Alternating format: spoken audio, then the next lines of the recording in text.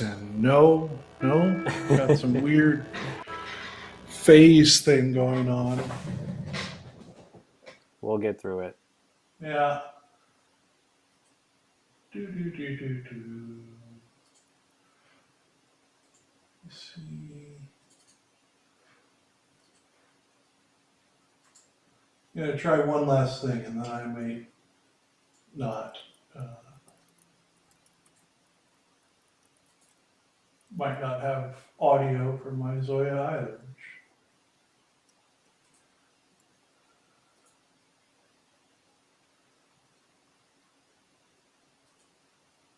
Hello, people who are now watching. Yes, this is some dead air as we get things set up. There's always like 5 minutes of dead air before we actually get going. That's just how it works.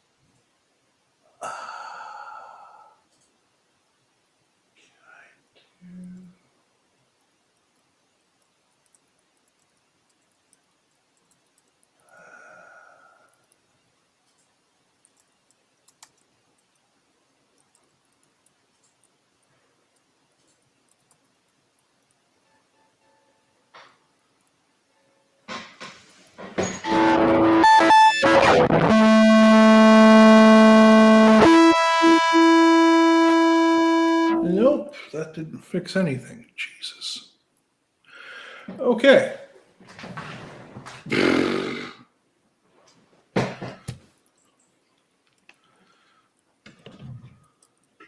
On the other hand, I don't have to use headphones, so that's a plus. That is a plus. Hi, everyone. I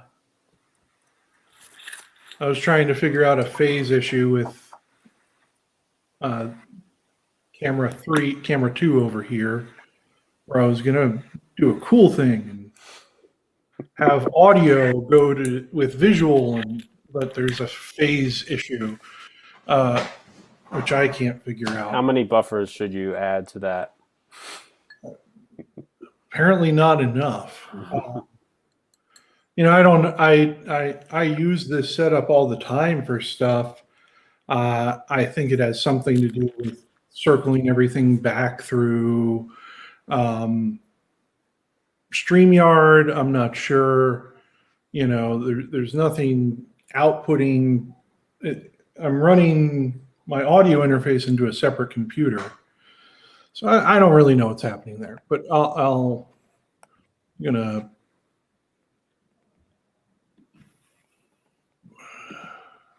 just remove you from the stream for a second. Okay, so yeah, so I'm not here to talk about streaming digital dirt. Apparently. But we are going to talk a little bit about digital dirt, and I think let's get some stuff off the floor to begin with, right? Like it is not going to sound exactly like that germanium, fuzz face that you use a battery that's half dead on, has like a super specific tonal character. There are just some things that digital dirt, particularly with ZOIA, where some really sophisticated modeling stuff, can get pretty close to capturing that. I think can capture it, to be honest with you, but I don't want to offend the people who hear tone everywhere. But ZOIA's options are a little bit more limited, both technologically and also in sort of what you can do with them. You have limitations. So you can't model like how much voltage goes through an op amp or something like that. But that said, there are a lot of ways to get, I think, pretty successful dirt patches out of ZOIA. And, beyond that, again, it's sort of the like weakness strength of ZOIA, right? Is that you can do stuff then that you can't do with other sources, you can apply dynamics to your dirt patches. You can do really weird routing stuff, which Mike's going to talk a little bit about. And you can do stereo, which is, I think, still Mike and I talk about a lot of things together a lot. So we agree that stereo dirt is still this sort of like big untapped world. Particularly, I think as more people move into stereo configurations or using, synths, that sort of thing that have stereo outputs, I like to use dirt at the end of my chain to sort of add a grit to everything. And so, ZOIA can fill in that gap to some degree. So those are my caveats. Mike, Yeah, I'll definitely echo those caveats. It's not going to sound like, like those vintage components, new old stock components. It's not gonna evoke that same feeling. It's not gonna. I think one thing that I tried to do, and I'll talk about it in depth, is the idea of when you roll back on your guitar's volume, it changes the relationship with the fuzz or a distortion, and you can kind of do that, but it's not going to have that sort of like completion of the circuit idea that like a fuzz face inherently has. But there are definitely techniques you can do. Out of the box, I really do like the overdrives. I think the overdrives are really, really good, especially the pushed overdrive. Mm-hmm. It has like that sort of like mellow saturator effect. And then for the other ones, you have to really think about how you're routing things, think about filtering to get the best sort of tone out of it. It's very much a sort of a tinkering equation type of thing. You try a bunch of things out and see how it works. But yeah, it's been. I'll definitely echo the stereo part is definitely the part that is the coolest thing to me, because I think one of my favorite effects is the Eventide's mangled verb, Mm-hmm. which is obviously a reverb with a distortion with some clipping options on the distortion. It has like soft clipping and hard clipping, but it just, because it's in the stereo field, you get this reverberated effect with a distortion tail, and it just sounds amazing. So having that sort of like in your own box is really cool. Yeah. And we've got a question for the initiated. Could you go? Oh, I think I have, because you gave me some permission, so I can show stuff too. Yep. Yeah. Cool. Mike has powers. I won't go mad with it. It's okay. So we got a question. Thank you, Galen, by the way. For the initiated, could you go over the different types of dirt? What's the difference between fuzz, compression, overdrive, etc.? This is where we're going to get into trouble, isn't it? Yeah, this is a potentially loaded question, but I'll answer simply as it's a spectrum of different clipping amounts on your signal. Compression being the softest, also potentially the hardest if you go all the way to limiting, where it just like clamps down on your transients.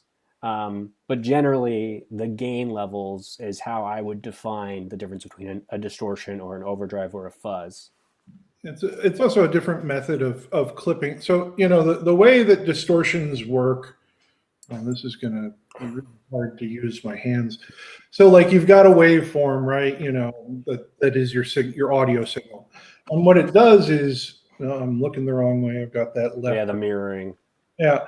What it does is it clips the signal as it exceeds a voltage. And the degree to which it clips that signal and how it clips that signal, there we go, is going to characterize the different types. So overdrive is often characterized by soft clipping. And that means when it exceeds this threshold, the clipping will be sort of more rounded.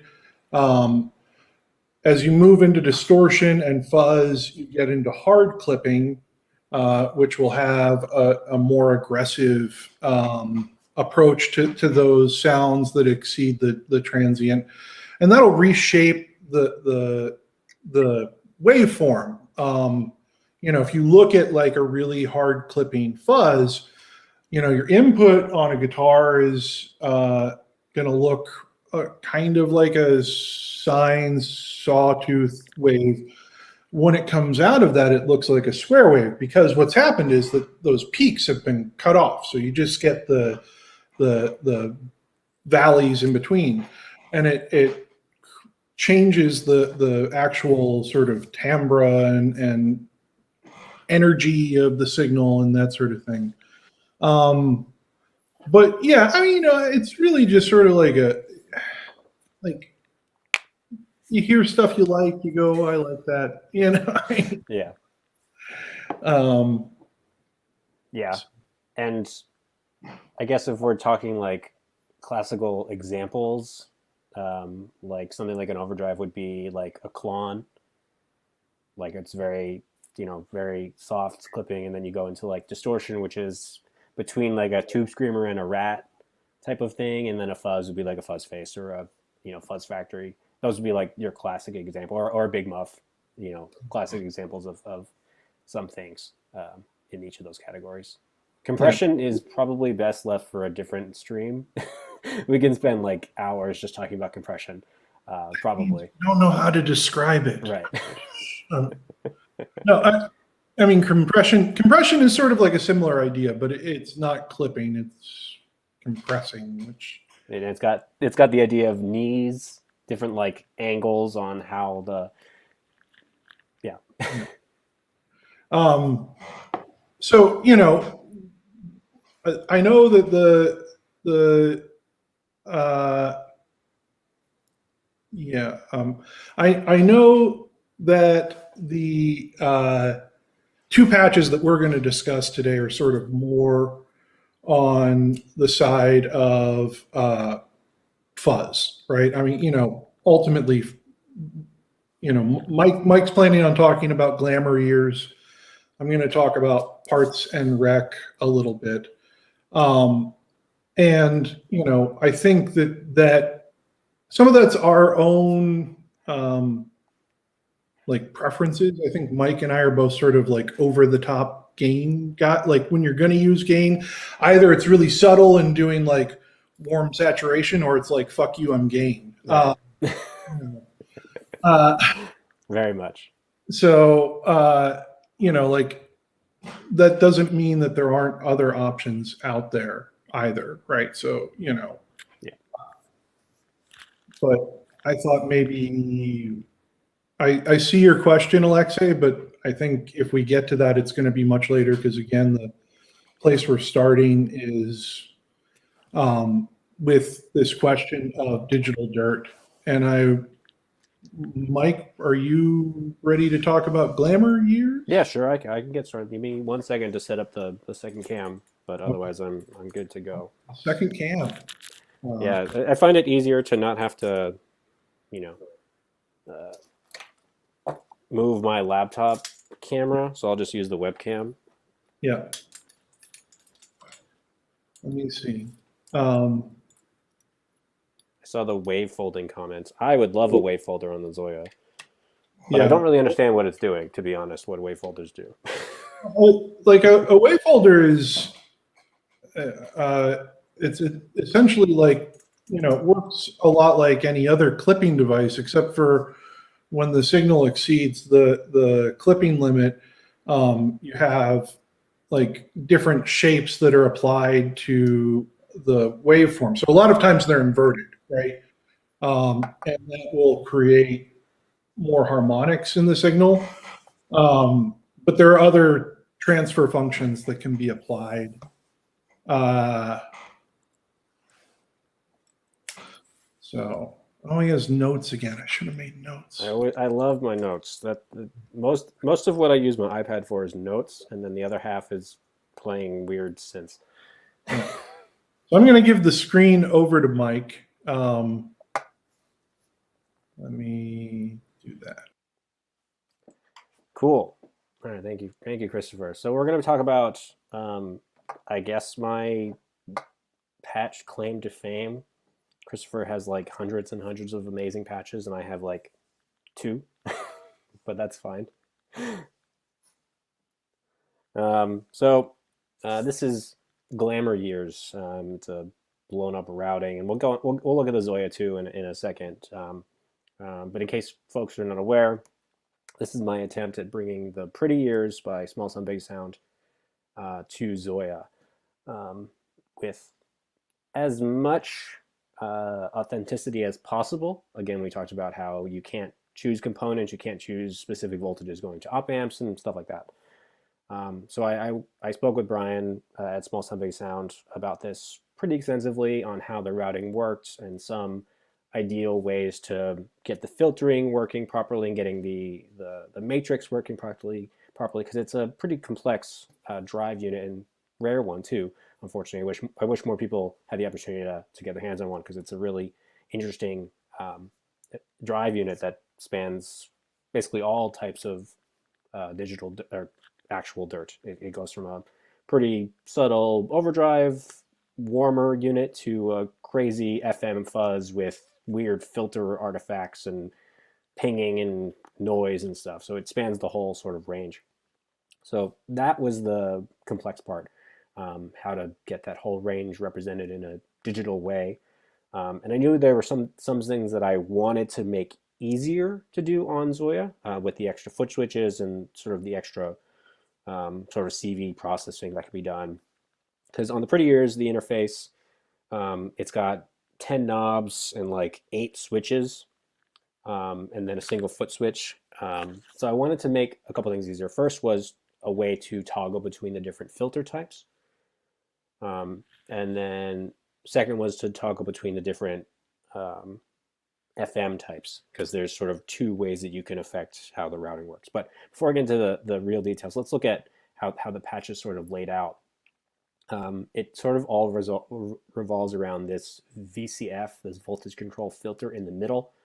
And it's pretty complex because it has to go through, the way that it works is each input, each of the 4 gains, yes, there are 4 gains in the Pretty Years, gets routed internally to a voltage control filter that then hits the next gain in the path. And the interesting thing is you can toggle different filter points at the same time. So you can have a thing where it's going input to the EQ at the front, and then it's going to the filter, comes back out to the first overdrive, goes into the filter again, and then comes out at the second overdrive and the bias. So we can have multiple paths into the filter matrix routing, which makes for a pretty complex setup, and also led into one issue that I was not able to solve, and it's the issue of feedback. Right, so if you're using the same filter and you're hitting it with loud signals, it is a rat's nest. Thank you, Christopher. When you're hitting the same filter with loud signals at multiple points, you're going to get feedback. So a lot of the initial tinkering with this patch in the first couple of revisions was how do I mitigate that feedback in order to allow for multiple insert points into the filter? And the answer is it's very hard, and I ended up scrapping that idea, and I just had it so you can only have one filter active, one insert point into the filter, which makes it easier it saves on CPU, it saves on sort of like the logic behind what's going on, but it's also just easier to implement. So it's not a true representation, but it's a sort of the idea of the Pretty Years. So let's talk over some. Let's think about it. So for the overdrives, I mentioned before that I really like the push overdrives. The push overdrives sort of give this sort of like smooth saturator circuit that can get pretty loud and pretty boomy, not quite fuzzy, but it does have that sort of like sense of a overdriven amp. Dare I say on the edge of breakup? I hate that phrase, but it applies.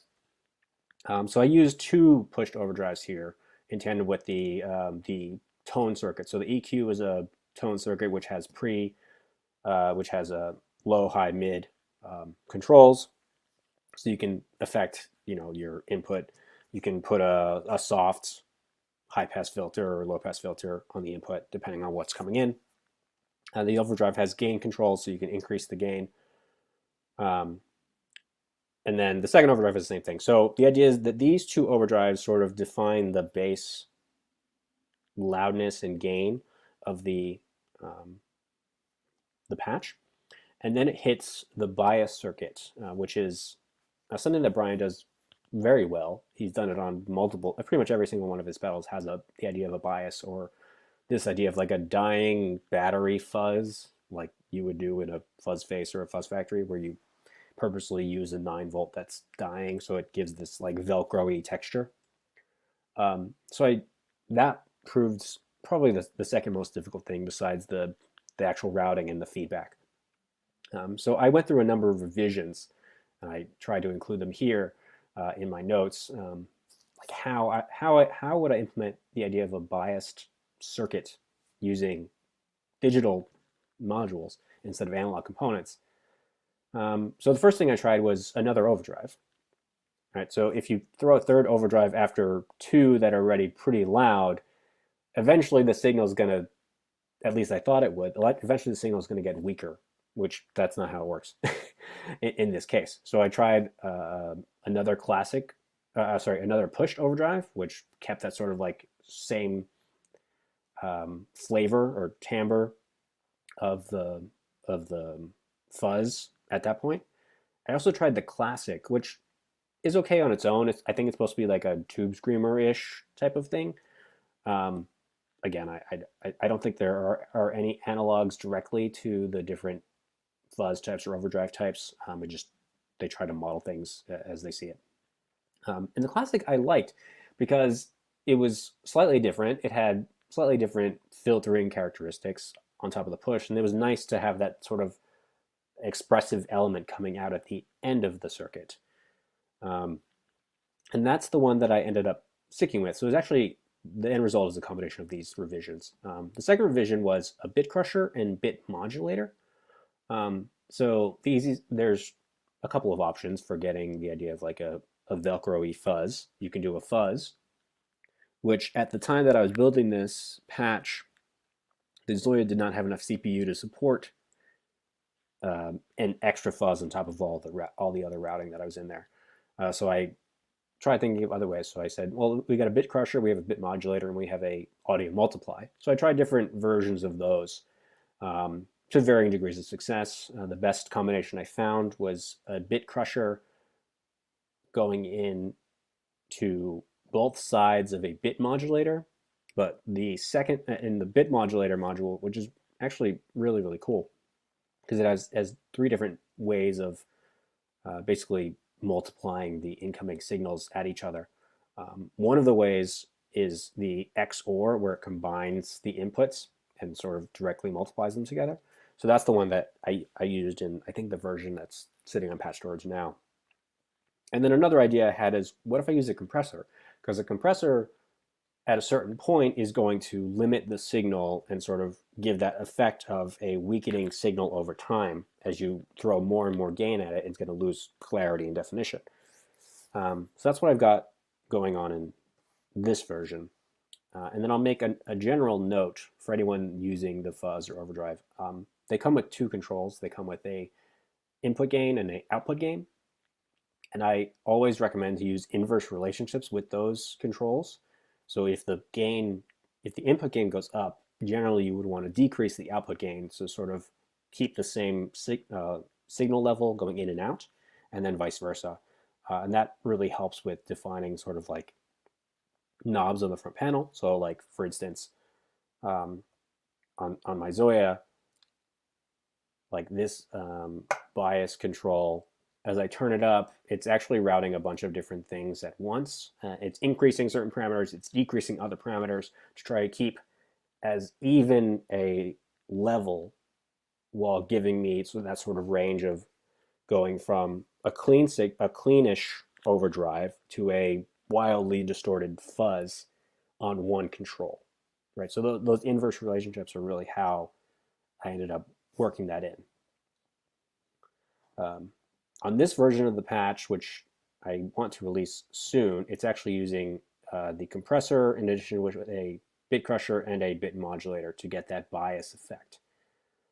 And I do that by sending a bunch of like the inverse relationship. So I'm inverting the relationship between the threshold on the compressor and the ratio on the compressor. That way they're working opposite of each other. So it keeps that level, but it's gradually making it more and more intense going into this bit section. All right, so that's sort of the primer, and that's a lot of information. But I'll try to talk about sort of the routing a little, at least a little in depth. So we look on the front panel. Sorry, the lighting's not great, but we've got knobs on the bottom for the different sections, and then there's the filter on the left and right, the resonance and the frequency, and then we have this sort of like U. These are all push buttons, UI buttons that you can press. All right, so hopefully you can see that. So another thing that I implemented with Christopher's help was, because I talked about before, originally I wanted multiple insert points. So you used to be able to press more than one. If you notice, when I hit one, the other one toggles off. Thank you, Christopher, for that, by the way. This allows me to avoid the issue of feedback, like not just like good feedback, like bad feedback. So this allowed me to, maintain a good level on the amount of gain coming out while keeping the filter routing as simple as possible, because I only had so much CPU to work with, and I can't throw 4 different copies of, or 12 different filters would be the optimal usage of this, because the filter section is actually one filter at the bottom. We have a VCF with 3 separate outputs, where we have low pass, high pass, band pass. Right, that represents the different filter types going in between the routings. If I really wanted to implement this like with a full filter matrix section, I would need 4 copies of this, essentially 12 filters, and that just isn't feasible in the CPU. But you can toggle these, and then you can also toggle the filter type. So we have low pass, band pass, high pass, and then the filter FM. So the filter FMs itself using the FM control. So it's basically sending using envelope follower, sorry. So it takes the input, processes it, and then throws it back at the filter cutoff in 3 different ways. There's none, decreasing, and increasing. All right, so again, inverse relationships work well here. So if we want to do, all right, this is a good setting where you have a low pass filter on the 4th insert point that's increasing. So what this is going to sound like, it's going to be sort of like a high, it's going to be sort of like a high frequency, thin sort of sound. Whereas if you did a high pass filter that decreases, it's going to have the opposite effect. Some things to try. And then other things that I wanted to do is I wanted foot switch control. All right, so in addition to pushing the buttons, you can toggle the filter types and the FM types. And then as an added bonus, you can actually toggle where the filter is. So try to get the lighting right. That's good. So the right thumb actually moves the filter one at a time. So if you press 2, it's going to move from there. So I just thought that was a cool extra feature to add in. Again, thank you, Christopher, for helping with that routing and how that actually works. And again, the version on Patchwork should have that. The only difference in this revision that I haven't released is the compressor versus the 4th gain, or 3rd gain, sorry. I just found the compressor worked a little better, so I'll release this soon. And then another addition that I'm testing is expression control going into the bias. Because this really, you can just use this one control. Like if you just leave everything else the same and just mess around with the filters, you can just use an expression pedal for this and you'll have like a ton of fun just playing whatever through it. It just sounds really good. Trying to think what else I could talk about related to Glamour Years. Let me think. Would it be possible if we dialogued a little bit? Yeah, sure. Um, so, crap, I should have taken notes. Uh, you know, I was just sort of thinking about, I've made some stabs at that sort of dying battery sound before too, and there are a lot of different ways to approach it. I think, you know, um, one of the ones that I've tried is, obviously, if you want like a gated fuzz, there's a gate module that has an external input, and you can use that pretty straightforward to make a gated fuzz. When you play, the gate opens. When you stop playing, the gate closes. Um, I've used some sort of like noise modulation on the gate threshold before Hmm. to try to mimic that. We're going to get some of my good sound effects. Everybody loves those. But, I mean, I think, one of the things that sort of stands out there is that to achieve these effects, like, it's a lot of like trial and error and listening, right? Like there's no sort of, we don't have a great recipe for that or anything like that. Yeah, there's no template really. And, I think that's one of the big parts about, particularly a gain patch is that like your ears are sort of your best reference point, right? And also, something that I noticed is it really depends on your setup. Like, I think with any fuzz or distortion or whatever you're going to put into your signal path, it's going to depend on what else you have, right? Yeah. So it's going to depend on your amp. It's going to depend on, are you using a direct in solution?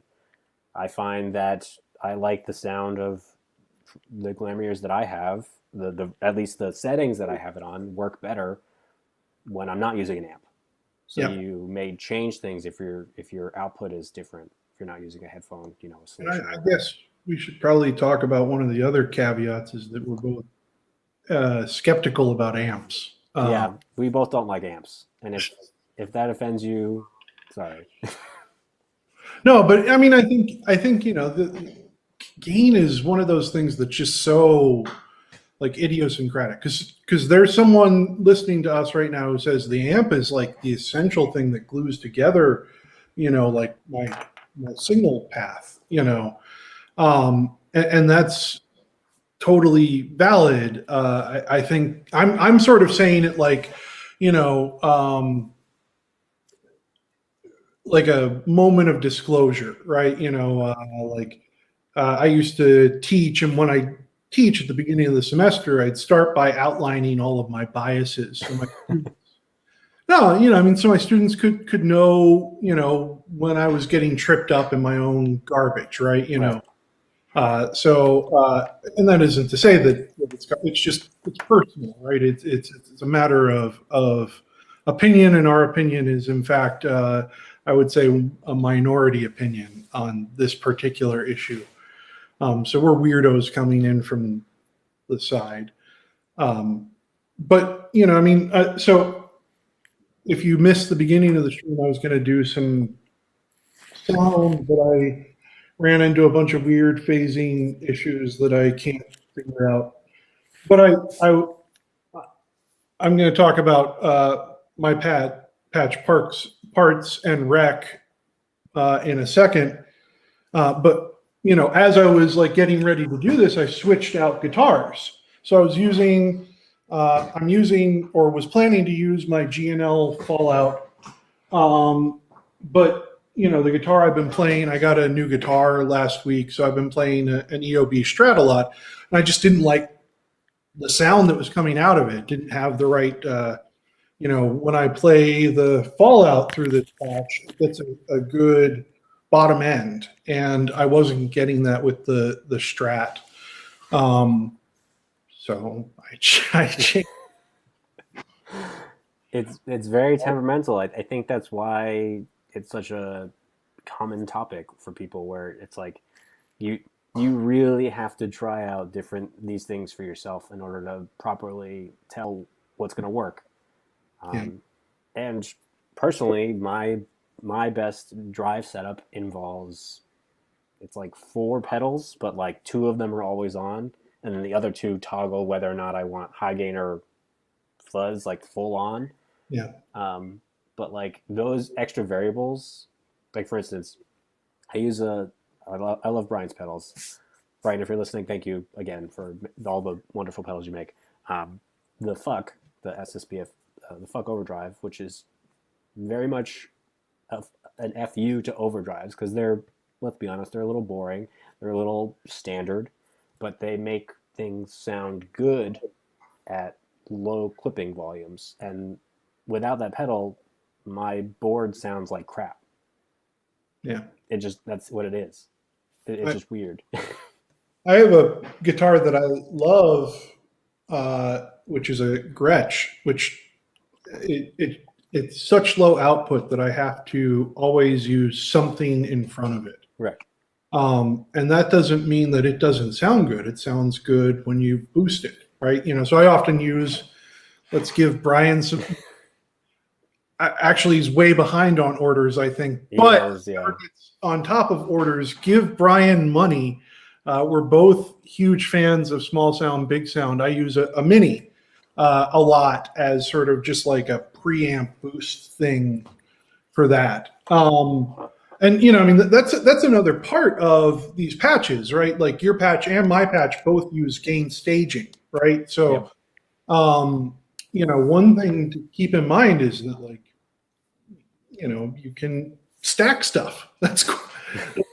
It uses up CPU, and I know that's something that concerns people, but I think if you're like going for a specific sound, sometimes you spend CPU to get it, right? Wait, I think Glamour Years uses at least half just on the gain modules. Yeah. At least. And if I wanted to go true stereo with it, I'm not able to go true stereo with it, unfortunately, because it doesn't fit. Or else I would. We've got another thingamabob. Yeah, I'm not sure. Do know. But yeah. Have you, I forget, have you actually tried the part garden? No. No. No.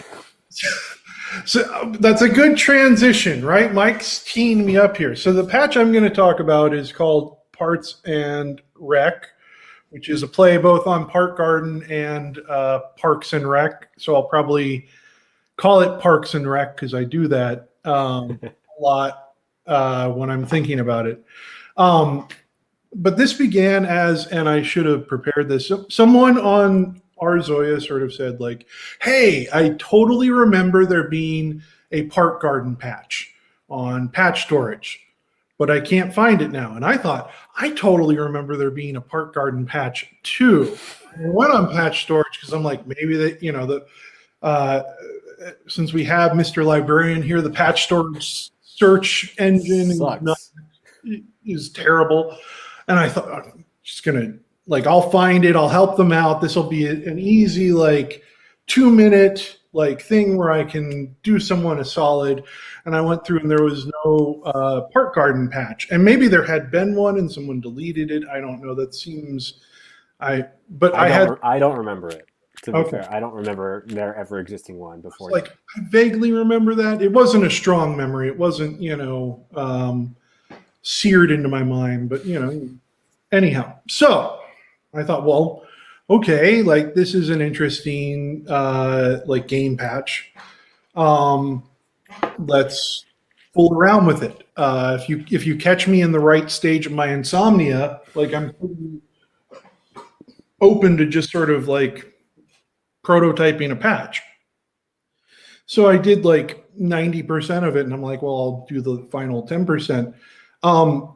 But I'll also talk about my process here a little bit, which is I would not say that it is a Part Garden like emulation. There are certain things that I left out, certain things that I just sort of said like close is good enough, right? Like I think gain patches in particular are ones where you can spend, as Mike has, you know, like how many hours have you spent on Glamour Years at this point? Too many, and it's on like revision 10. Yeah. Yeah. So like you definitely can get into the weeds, but I sort of basically said I'm going to use the premise of this pedal, the Park Garden, which is made by Mask, and I should have been way more prepared. Mask, Audio, and Ian from Collector Emitter. Yeah, it's a collaboration between the two of them. You know, and the whole idea of it is that it's, you know, like it's designed to be a sort of stacked dirt pedal, you know, in one pedal, right? Combine sort of like the joys of stacking. They say fuzzes. So what I did was I sort of like went to the website. I listened to a couple of demos and sort of said, okay, I think I have an idea of like kind of the shape that this takes. And the shape that I followed, I did some notes while Mike was talking. There we go. Do you want to? Yeah, hold on. There we go. Can you remove yourself? Yeah, hold on. Is that what you're trying to do? I can remove you. Yeah, there you go. So the shape that. Hold on.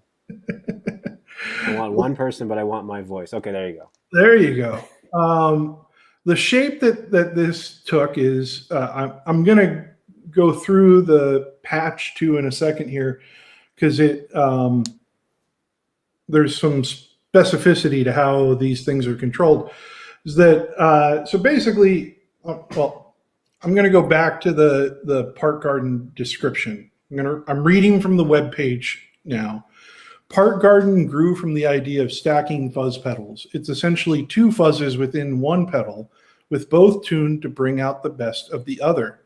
We spent a lot of time trying to find the perfect versatile combination with the ability to work as smooth overdrive, a wild fuzz, and anything in between.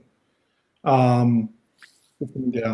So then it goes into what the pedal actually does. 1, 2, and 3. And if you look at the patch or the pedal, there are these controls across the top.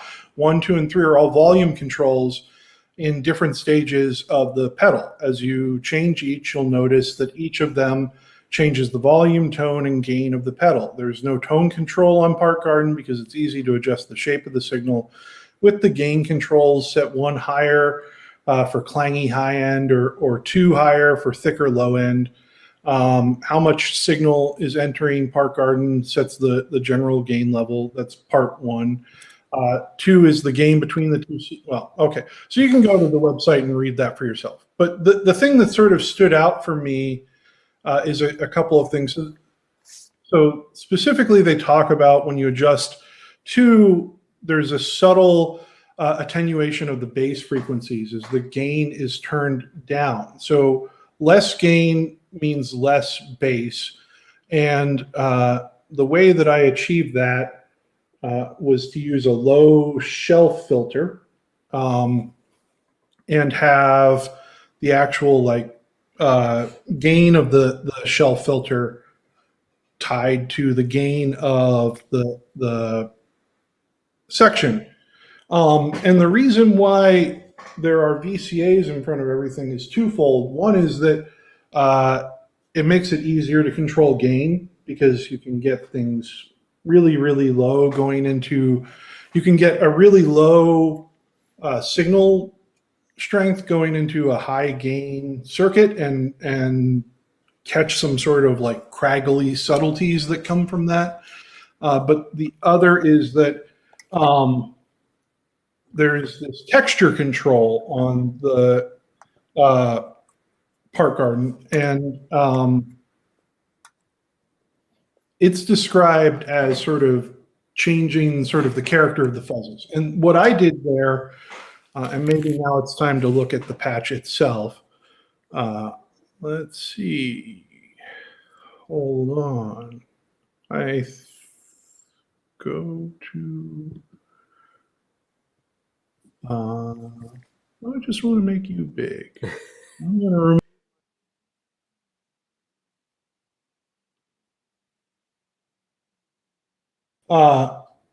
Hold on. I got it. Okay. You should be good. You can hear me? Yeah. Okay. So can I interject real quick? Sure. Yeah. So, the one thing, so I did have a park garden for some time, and I think the best qualities about it was that sort of interaction between the two fuzzes, but primarily in sort of that biasy texture. So because the texture control interacts with that toggle switch, as well as the input gain and the sort of the low end gain is how I sort of thought about it. So like 3 is just a volume output, generally. And then 2 would be like if I want more low end for a more muff type of sound, that's how I use the muff anyway. You would turn up 2 and then you would lower 1. But if you want a more clangy sound, then you invert them and then you increase the texture. So that's at least how I tended to use it. And it's sort of that drove home that inverse relationship for me. That's how I use pretty much every distortion pedal or drive pedal. Anyway, go ahead. Yeah. So, yeah, and I, again, I'm going to say that this is not an emulation. I did not like tear my hair out trying to capture that element, but I did want to sort of like honor the idea of that signal path.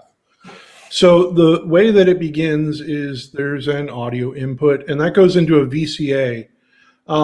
And this is what control 1 goes to. It goes to the VCA, but it goes through a multiplier. And what a multiplier does, I'm going to do split screen with myself. Mike, you know how to do all this stuff. You figured it out way faster than I did, but hold on. Nope, not me.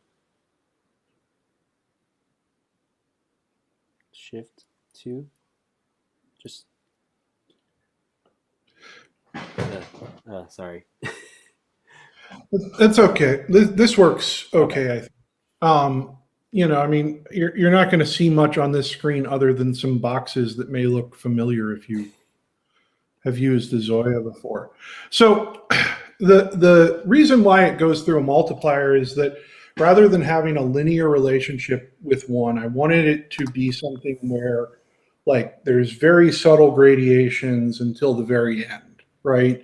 And so the multiplier will change that linear relationship to one that's a curve, right? An exponential polynomial curve. And so it goes through that twice before, maybe it doesn't go anywhere. Why doesn't it go to, yeah, okay. Oh, 3 times. Whoops. Yeah, 3 times, if I remember. Yeah, it goes through it 3 times. So I really wanted to, and that was another thing by ear, right? I'd sort of gotten the modules in place and I was starting to play around with the controls and how they would interact with one another. So it goes through that multiplier 3 times to accentuate that curve even more, that subtle gradation. And then at the very end, things get much more gainy. Out of that, it goes into an overdrive, and this is an edgy overdrive. And so I went through all of the different overdrive and fuzz. There's an overdrive and there's a fuzz in this patch. And I went through all of the different models, and something that stood out to me about the Park Garden, listening on demos, and again, I never played one in person, was that there's a sort of graininess to the gain. We're in the realm of the subjective, but like there's something unpolished about its gain stages. And so the edgy overdrive to me is the one that keeps and maybe even accentuates the high end. It has the least filtering on the high end. And it's not my favorite overdrive in lots of circumstances. I'm probably on team pushed for that, although, they all sort of have their places. So I wanted that sort of like fizzy, clangy, since that's the word, I wanted something that was preserving the high end and maybe even like making it more aggressive. And that's what I found in the edgy overdrive model. So it goes through that. I'll talk a little bit more about what's happening there in a second. And then it goes into that second VCA. And the second VCA is controlled by the 2 control. And this one is just a straight linear control. It, as you increase it, it increases gain into this fuzz. But before passing into the fuzz, it goes into this low shelf filter. So as you adjust the gain of the VCA, there's also a boost to the gain of this low shelf filter, which pushes up the low end and gives it a thicker sound. And that's set to, again, I sort of played it by ear, about 100. It's set to 100 hertz. And I'll just stop here for a second because you're going to see in a couple of other places that I use the multi-filter. And the multi-filter, I think, in game patches is probably your better bet for a lot of tone shaping, because the multi-filter can have a resonance that is below 1. The SV filter is fixed at 1, and that means, particularly as you apply gain, right? But in a lot of other circumstances, you're going to have a small resonant hump at that frequency. And, that gets accentuated the more harmonic content you push before it, right? So gain patches are going to have more harmonic content. That's sort of the whole point.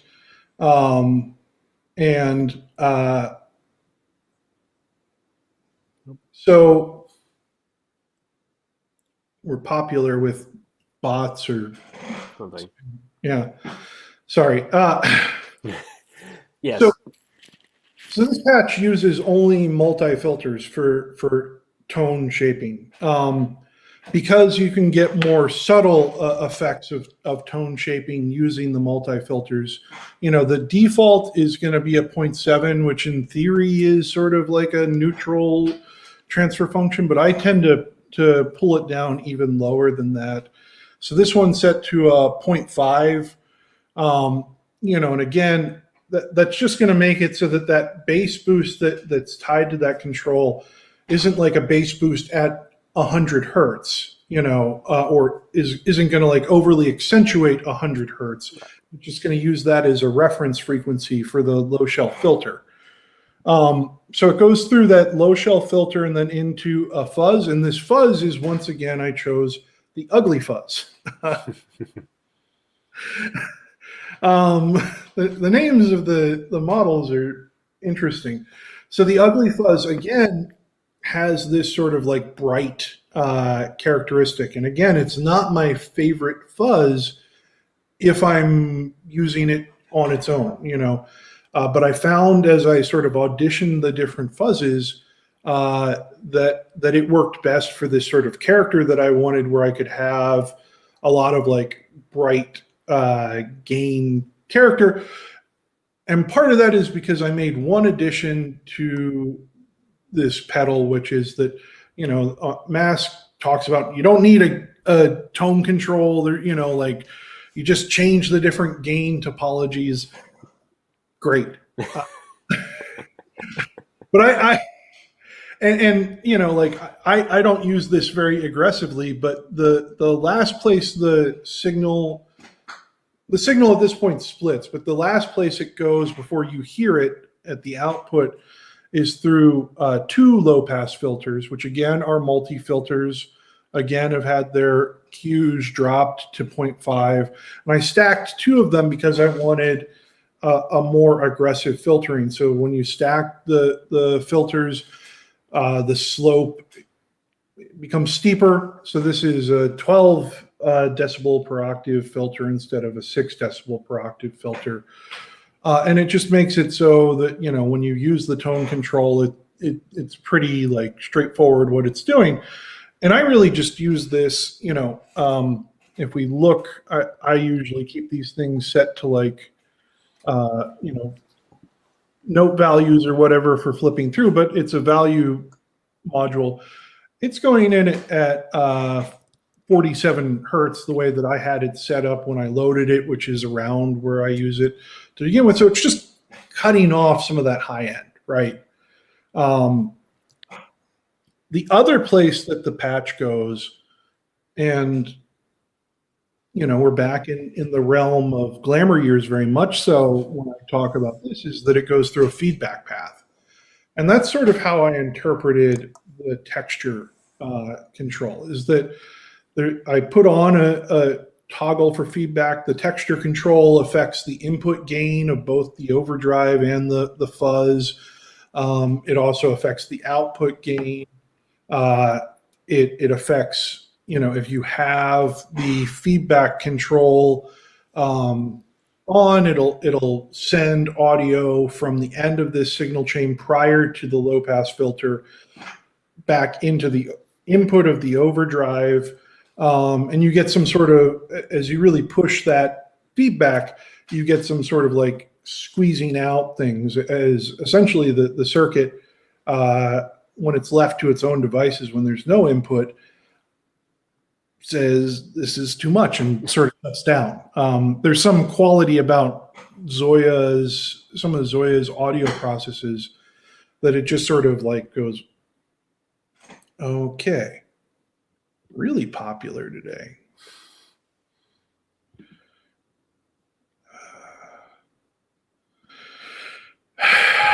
That's fun. Don't worry, it won't show up anyway, so that's fine. Okay. Sorry about that, everyone. We're getting some people that don't deserve. Yeah. All right. Anyhow, so it goes through a feedback path, and this feedback path again has filtering on it. It uses a low pass filter, again set to 55 or 5500 hertz, and that's just to keep that's sort of to tune the feedback so that it doesn't get too whiny high end. But the whole idea here, and the thing that I'll stress is just, like a lot of it was like me, like the basic shape of this part that I showed you earlier, like came pretty easily, like listening or reading the description, listening to some sound examples. But, like fine tuning, I'll show you like something. I'm going to go, this might cut out my audio. I'm just going to do it for a second. Okay. Wrong person. Mike's so much better at this than me. What are you trying to do? Sorry. I want to make this one big. The ZOIA one big? Hold on. Yeah.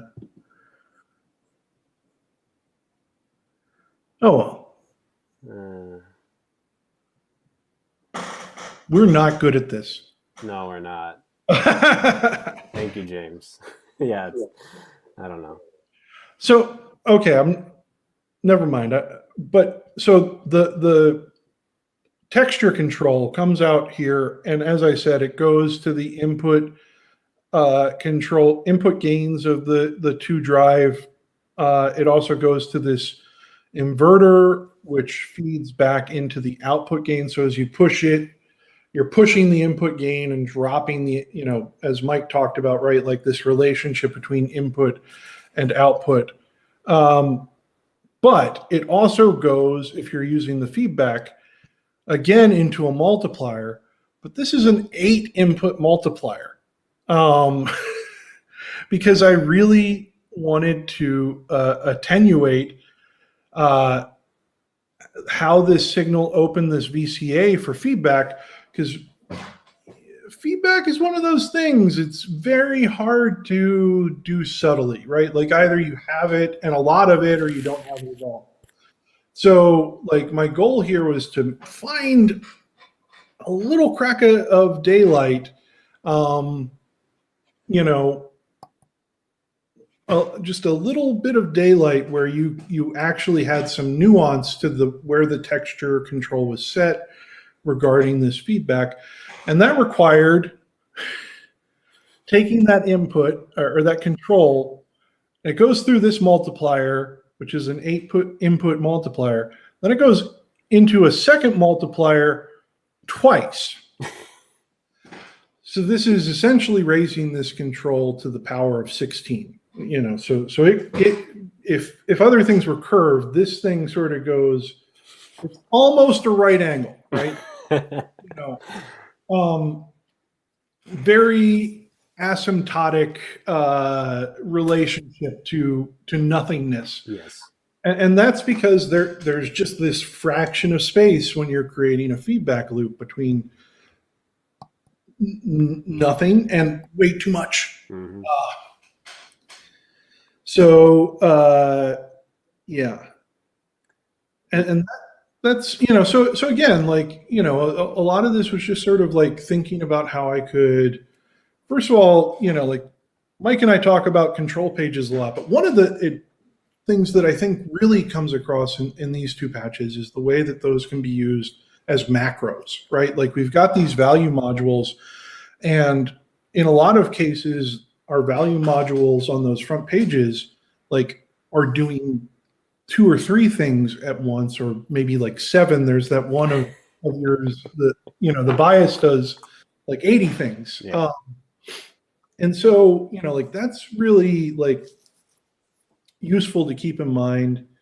And then gain staging, you know, and the other thing that I'll just say is like, Mike's done extraordinary things, like dutifully, like mining this like recreation of Pretty Years, right? You know, and there's an other side to that, right? Like, which is I just took a pedal that I like someone asked about on our ZOIA. I looked into it. I said, this seems kind of cool. I'm gonna like futz around with it, and I think this is for my opinion, like I think this is a really fun game patch. I like use it. When I was getting ready for this, and again, I'm sorry I don't have audio, but like I was just sort of doing the whole like rocking out thing instead of actually preparing.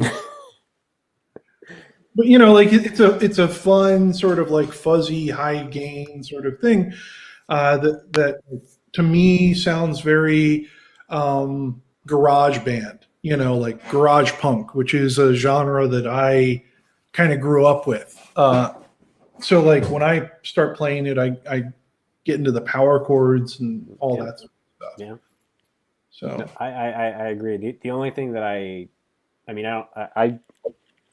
when it comes to your patches, I'll say in general, maybe besides a couple specific examples, I usually leave the controls as they are for like a decent amount of time before I understand like how the things are working. But I'll read through the patch notes, you know, I'll make sure I understand what the stomps do and what the general gist of.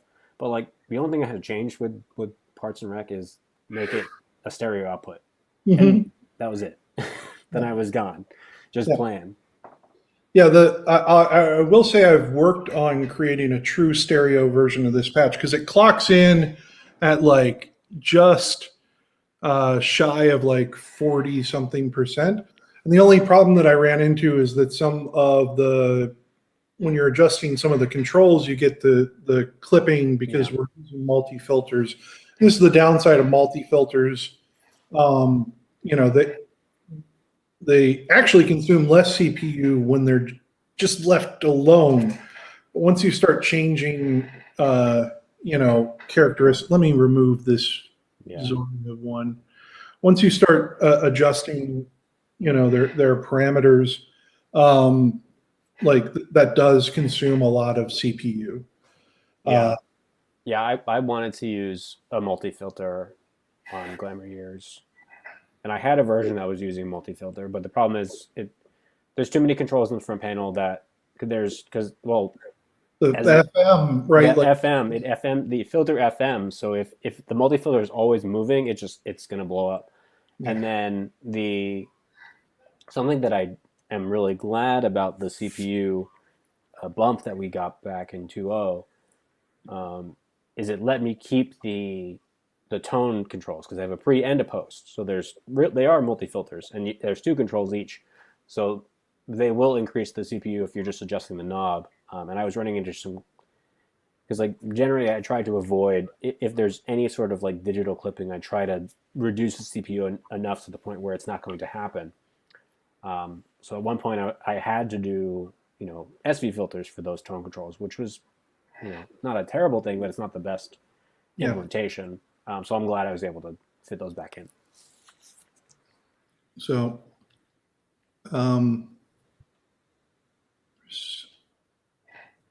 yeah. One other thing, well, not one other thing, but the other thing that, I just sort of want to beyond the control thing is that, there are a lot of different modules that you can use for clipping beyond just the overdrive, and fuzz, so I'm just going to sort of list these and you can jump in. There's compressors, right? There's VCAs, which can be used to sort of moderate gain stages. If you don't want to moderate the input and output controls of the fuzz. And that's part of the reason why I use VCAs in parts and rec is because I wanted the character to be sort of stable. Yeah. The amount going into those characterful settings to be variable. You talked about the bit modulator, and you can make a pretty cool overdrive with just a bit modulator that costs almost nothing. Costs virtually nothing. It's going to sound a little odd, but I think I haven't explored this a ton. If you got into some filtering, it might not even sound all that odd to begin with.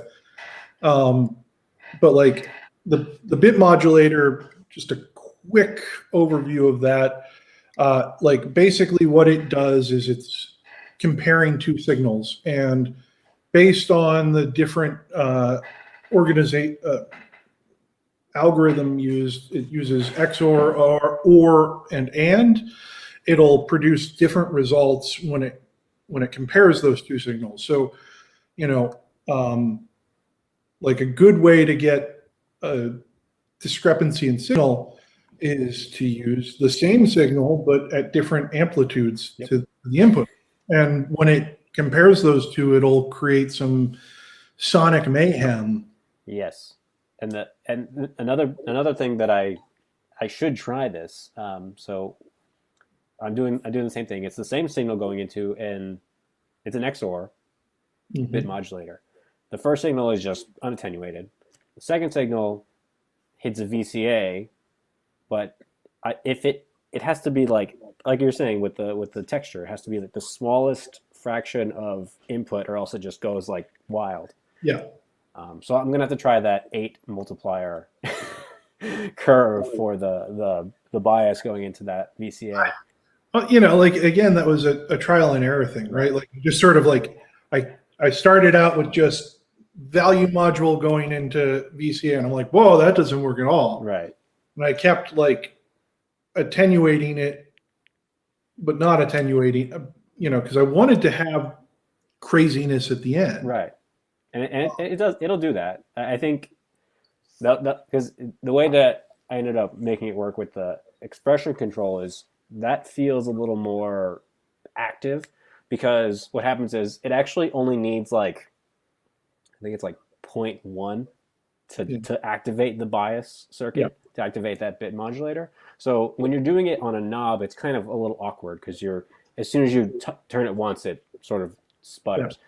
But with a expression control, you can kind of smoothly fade in between this like heavily fuzz sound and the smoother overdrive. Yeah. Yeah. That's cool. I need to use my expression pedal more. So bit crusher. I have a video if you want to check it out on making a fuzz out of a bit crusher. It has been mediocrely reviewed by people who have watched it. But I mean, it basically the idea that I used in that video was bit crusher into low pass filter, because a bit crusher will produce some digital artifacts in the higher frequencies that are kind of abrasive, but you can tame those with a low pass filter. And then audio multiply. The audio multiply is sort of the root of ring modulation, but it's also something that is used. I use it to create an octave fuzz sort of effect. That's on tips and tricks, and I've used that in some patches. And you can get all sorts of clangorous sounds just in other ways, right? Like multiplying a clean signal by a dirty signal and that sort of thing. The one cool usage I've used, I didn't use the audio multiply too often. I did ended up using it so on one of the Zebu factory patches, I tried emulating some of the maths functions. Mm-hmm. And when you plug an audio signal into one of the slew limiters, it creates this like weird sort of like filtering, because a slew limiter is a filter, right, on a voltage. So I found that to work pretty well. The issue that I had with the multiply is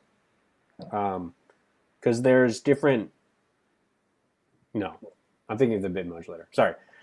Because I was thinking, because there's different ways you can organize that, but the audio multiply, it works. It just works nicely if you like throwing a fuzz into it. It can like degrade that even further, or if you're growing a really clean signal, it's going to sort of sound like this like sputtery, broken cable thing.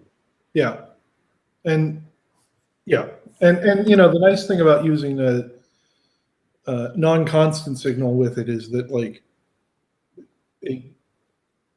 it also acts as sort of like a envelope follow controlled VCA. I'm going to get lost in a technicality. I'm going to move on. But then the thing that I was leaving for the end here is filters. Yeah. Filters are the key. And I'm just going to do like a real quick rundown of what the filters in ZOIA do. Okay. Because we've got a few of them. Okay, a low pass filter is going to cut off high frequencies. It allows low frequencies to pass, so it's going to make things darker. A high pass frequency does the opposite. It cuts off low frequencies and allows high stuff to pass, so it's going to make things brighter and tinnier. And I'll tell you one application. So a classic application of the low pass filter is the tone control or filter in a rat pedal. That's just a low pass filter, a variable frequency low pass filter. You turn it one way and it's bright fuzzy rat. You turn it the other way and it's that like thing that you can put on drums that sounds like really awesome. Yeah. A low pass or a high pass filter is often used in bass distortion pedals because you'll often have a clean blend. And I'll come back to a clean blend. You want a clean blend, and then you just want to leave the low end sort of like from your clean signal holding down the low end and have distortion applied to the higher frequencies. So often, particularly, but it's also applied in some other gain pedals. In a bass distortion pedal, it'll begin with a high pass filter. And I was I almost thought about like breaking down the Empress Heavy, but then I was worried that Steve would be sad. But it has what is it called? Girth control or something like that. Weight, and that's the high pass filter at the beginning that's sort of like determining how much of the low end makes it into the drive signal. So that's a pedal that isn't just a bass distortion. Anyhow, the Heavy is really good. Yeah. There's a band pass filter. A band pass filter allows, so if those other two filters sort of have like yeah, you need to draw it because the mirror is going to screw us up. Yeah, I don't have a paper towel nearby, so I'm just using my hand. I could show it on a synth app. Does that help? So I should have used different colors for this. I tried to show all three of the filters at once. Oh, colors doesn't help a whole lot. We're real high tech here, guys. I know, you're being shocked into. I'm just going to do the bandpass. So bandpass is fun. It's got everything. If this is your frequency spectrum all across here, right, mirroring. If this is your frequency spectrum, a bandpass will have a band that passes. So it'll cut off low frequencies below the cutoff frequency and this, band Q created the width. Yeah, the width. I'm trying not to use the word bell because I'm going to talk about the bell filter in a second. Bell's different, yes. So the bandpass filter, will cut off stuff above and below, and this is used in wah pedals. So like if you wanted like a cocked wah fuzz or something like that, bandpass is the place you want to be at. Also pinging filters. And pinging filters. I'm not getting into all the applications. No, I know. I'm just giving the best application of bandpass. Yeah. But in a gain patch, like the analog you're going to have here is like a cocked wah fuzz, like patch. If you're looking for that sort of sound, you want to use a bandpass. So, and those are all found in the SV filter. They're also found in the multi-filter. The multi-filter also has a couple of other forms. I've already talked about the low shelf filter.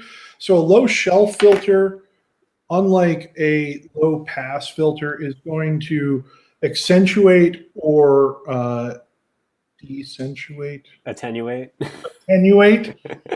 Accentuate or attenuate amplitudes below a cutoff frequency, but it won't cut them off entirely. You can sort of like it's like being able to it's like having a filter bank almost, kind of. Yeah. It's sort of like being able to this is all I'm thinking of, but it's really bad. It's like being able to set a quota, right? Like you can allow lots of stuff above that to pass through, but less below it. High shelf, exact opposite. So you can use that to like. So again, a low shelf is often used to sort of like boost bass frequencies. That's how it's used in the park garden. A high shelf frequency is like if you've ever had an amp or a pedal with like a presence control. Usually that's a high shelf filter fixed at about 4,000 to 6,000 hertz. And what you're doing is just, like that's really above most of the frequency content of your guitar and amp. There's just like a little bit there, right? Like that is just produced. A little bloom. Yeah, and as you like push that up, it adds this sort of airiness or sparkle or presence or whatever. amps. Some pedals do that. Yeah. Aren't and- they just to clarify, on the tone control, it's shelving filters, right? Yeah, so hold on. We'll come back to Okay. the control because I'm just about to talk about the last type of filter that we have available on ZOIA, which is a bell filter or a peaking filter. It's, I think, pretty much more commonly known as a peaking filter. And a peaking filter, you might think it's a lot like a bandpass filter, because if I were to draw one, it would look like this. But it's different because the bandpass filter on either end attenuates the frequencies above and below its cutoff frequency. A peaking filter is different because it allows those frequencies to pass. It just accentuates or attenuates the frequency that is specific to the Fundamental. the filter, Yeah. the filter frequency. So, like, the classic example of this is a parametric filter, right? When you turn up that, little fader on, at 300 or 3000 hertz, it doesn't make any of the other stuff quieter or louder. It just makes that particular band quieter or louder. So graphic EQ, parametric EQ, parametric, the difference between a graphic EQ and a parametric EQ is that a parametric EQ will also include a Q control. So as you turn the Q up, the filter band becomes more narrow and more pronounced. And the tone control module for ZOIA is made up of three of these filters. It is a low shelf filter, and these are in series. A low shelf filter into a bell filter or two bell filters if you select two mid bands, and then into a high shelf filter. So when you're looking at the controls there, that's a combination of those things that's commonly found in, like a lot of amps have that sort of setup, right? But, you can also combine these things to create all sorts of other EQ and filtering options, right? I have a patch on ZOIA that does the Empress parametric the Par EQ, the Par EQ, which and they need to make again. Yeah, yes, we've told them that, but maybe with like MIDI and stereo. Yeah, our wish list is always the same stuff. Yeah, MIDI and stereo. But like you could just take that patch. I designed that patch specifically to just be added to stuff if you wanted to, right? So like if you wanted to use that, like all that is, I'll explain that real quickly, is just three parametric filters.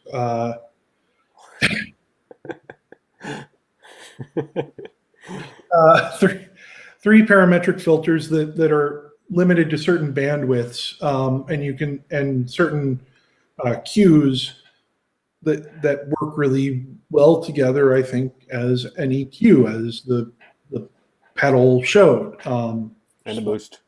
Bring it back. So anyhow, those are sort of like, there's a lot of tools there, and you can combine them in a lot of different ways. I think that the key is sort of like using your ears, right? Like trying different stuff. And like really thinking about what's happening with the signal processing. I think a lot of people get disappointed with the overdrives because they just plug them in, right? And go, but most overdrive pedals that you own, I'm guessing, don't just have a gain control. They have Like, they might have a pretty sophisticated EQ system, or they at least have a tone control or something like that. Or if they are a single knob, then that knob is going to do a bunch of different things. Yeah, the knob is probably working on filters inside. It's working as a macro, as we talked, right? So as or it just has low passes ahead of the op amp or whatever. It has like components internally that aren't exposed to the user that help the tone be more pleasing. Yeah, this is like the classic question that we get a lot, right? Like, how does ZOIA sound on bass or guitar or whatever, right? Like, is that it sounds fine, but it doesn't have like. So the concern that some people have is that they bought pedals before, let's say they're a bass player, and it's cut off too much low end, and that's because there's filtering on the input of that pedal, right? Like, and that's part of what makes that pedal sound good on guitar. So in the same way, when you're working with, digital gain and patching in ZOIA, like you have to think about like, okay, like this sounds really boomy to me. Well, maybe try a high pass filter, or use a low shelf filter to cut the low end below a certain point. And it also, we didn't talk about this, it also matters if you if you filter before or after gain staging. Gain staging is an art form. Yeah, it is. It definitely is. And that's why the people who are really good at it are sort of like well known for that, and why people sign up for 4-year wait list for King of Tone pedals and all that jazz, or like pay $7,000 for a Klon or whatever, right? And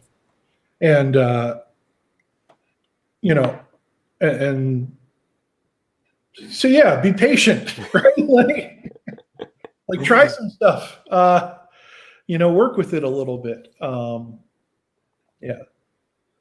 So are there questions that don't involve racism? Little lighter questions today. That's okay though. We had one earlier, but it was a different topic. Alexa, are you still here? Because I probably need some more information there, because I'll say this in case you're watching it later, right? So Alexa asked this question: any chance to see a step-by-step setup for CV out setup for controlling it, using the CV out to control an external synth, not for ZBoo? The real problem here, right, is that the CV out for ZOIA is monophonic, or it's single channel. Right. And so, the classical way of controlling an external synth is to have a pitch and a gate. And if you had a bunch of other modules, you could create ways to extract that from a single channel on ZOIA. I've thought about this. But if you, Isn't there, am I thinking incorrectly that there's that one cable that we always recommend? Is it a TRS out and then it sends CV on, but it's the same it has to be the same CV. Never mind. It's just a mult. Yeah. Never mind. So, you only have one channel. So you have to say, do I want pitch or do I want gate? If you just want, there are some like applications where you just want to control an oscillator for that oscillator sound. I guess you can make a drone. You can make a drone. You could make a beat, right? You can send out beats. But you can't do both at the same time. So like the step-by-step process is pretty much like if you wanted to send a pitch sequence to something else and not worry about gates, if it was just like an oscillator drone, you connect the sequencer to the CV out module. There's not a whole lot of steps there. The big thing about that, and I have time to plug tips and tricks, is that the scaling for ZOIA is 10 octaves, and the scaling for and the CV output of ZOIA is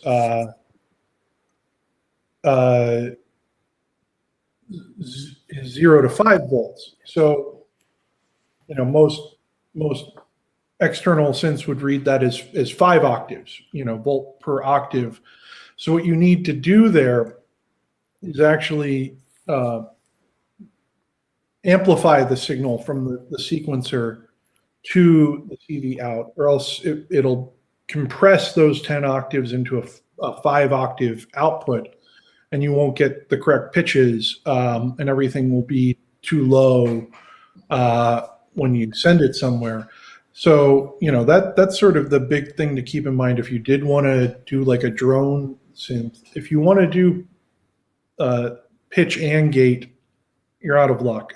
James, yes, it has one CV input and one CV output that are on the CV input comes in on the tip, and the CV output goes out on the ring. So you also need to separate those using a TRS to dual TS cable adapter, whatever, if you want to access the CV out. Other questions?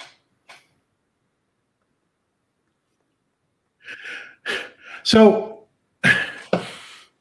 let's, I don't know, let's talk about stuff. That's a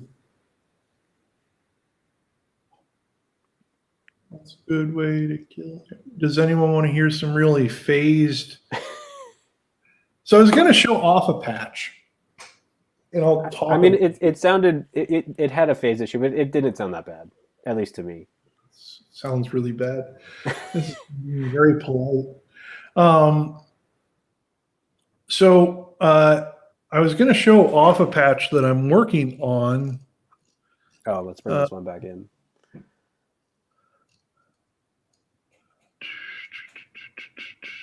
If I can remember what I thought it was 49.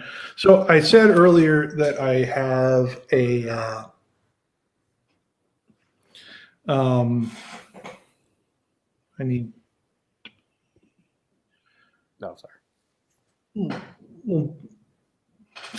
Nope. Just fluttering. Actually, there it is. So I said earlier that I got an EOB Strat. And of course, the first thing that I decided to patch after getting an EOB Strat was a patch that tried to replicate some of the qualities of an EOB Strat, because I'm enjoying it. But I thought, what if I could have even more droning? So I thought this kind of fit in.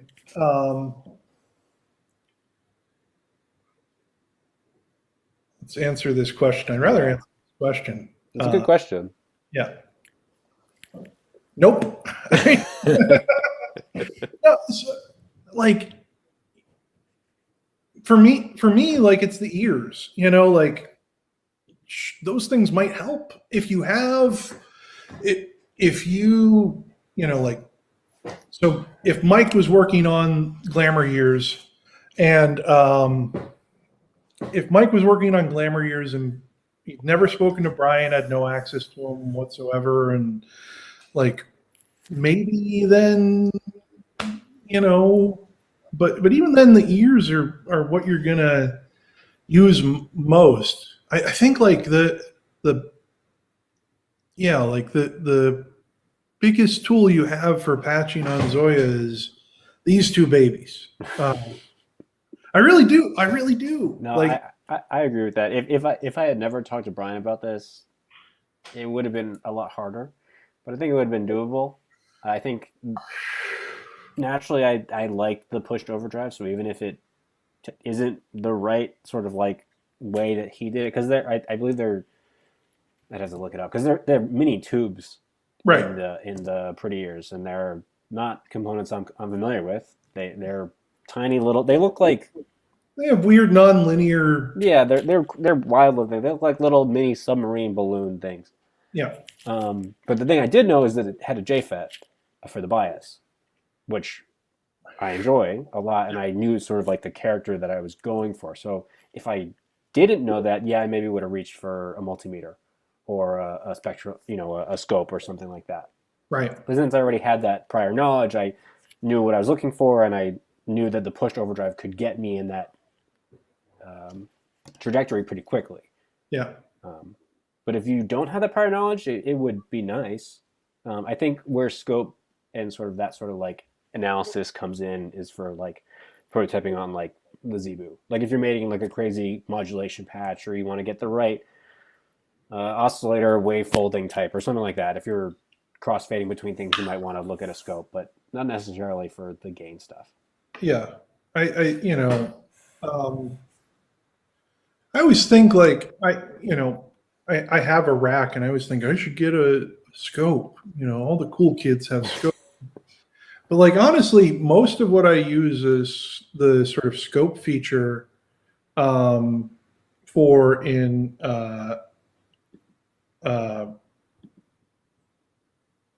ZOIA is to sort of like find little like timing irregularities or something like that.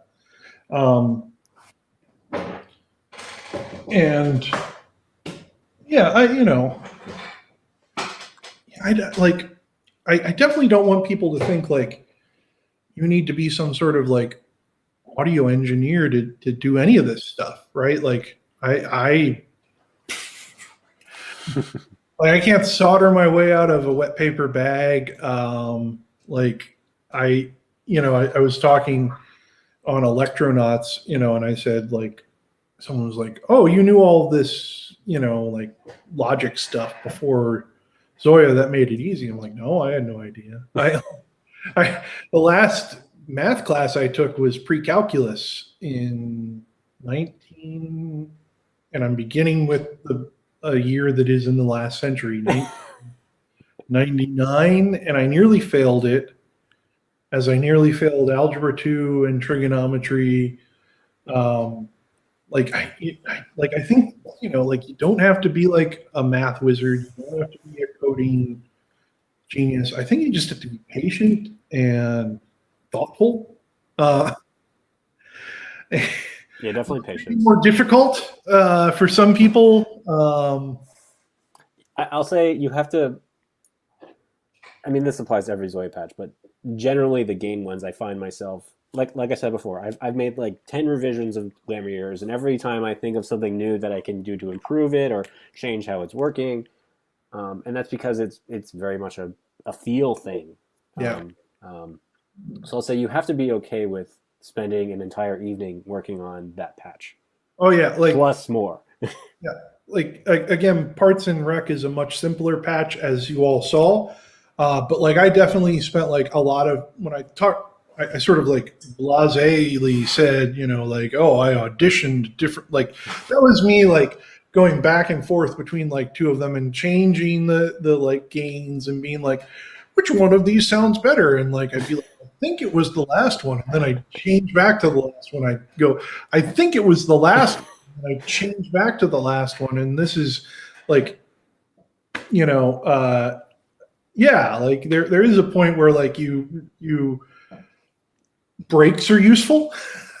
or the feeling when you're at the optometrist and they're doing the lens thing, and you're like, right. No, it was the last one was better. Yeah. Well, I don't know, but this seems really important because I like seeing. Yeah. Which reminds me, I need to get my prescription again. I need to get mine too. I need to get glasses. This is a total tangent. Like these glasses, when I'm wearing a mask, which goes over my ears, like they just slip enough that if I like look down, they start falling off my face. When I got these glasses, I didn't realize I was going to be wearing a mask for 2 years.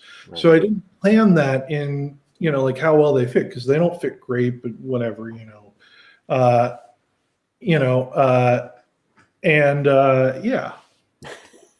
that's my tidbit about glasses. Yeah. I have another pair, but they fit even worse when I'm wearing a face mask. Face mask, yep. So whenever I'm out wearing a face mask, I try to keep my head like level at all times. Yeah, if it dips down, then something's fallen. Yeah.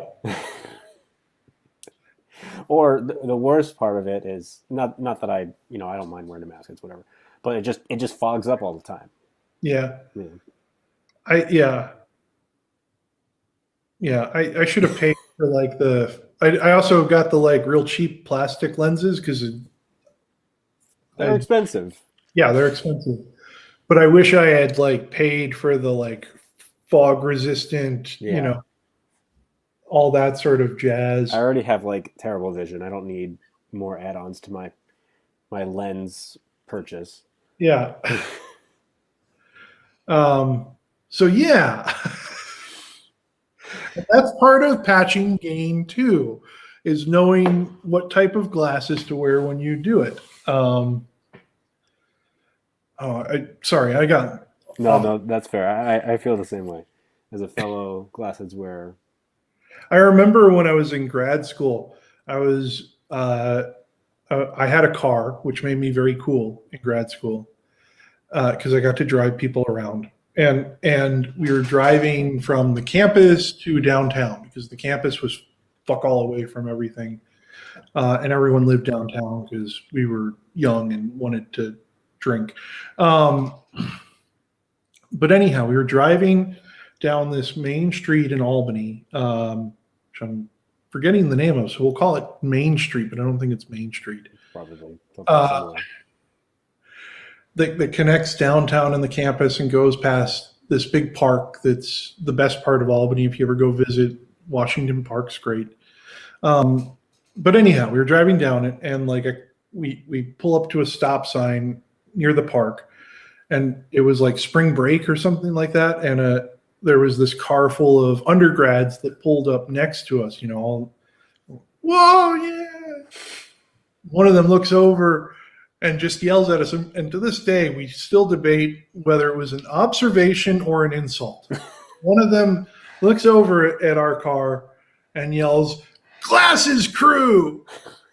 Glasses crew!" We're like, yeah. And this was what, early 2000s ish? This was like a decade ago, I guess. Oh, okay. Yeah. Okay. And you're like, yeah, we do all wear glasses, but somehow this feels like an insult. You and your perfect vision, or you afford contact lenses. Yes, Sam has 2010 vision, which apparently is better than 2020. I didn't know that was possible. So, in your old age, she'll be able to, like point things out to you. I can see those.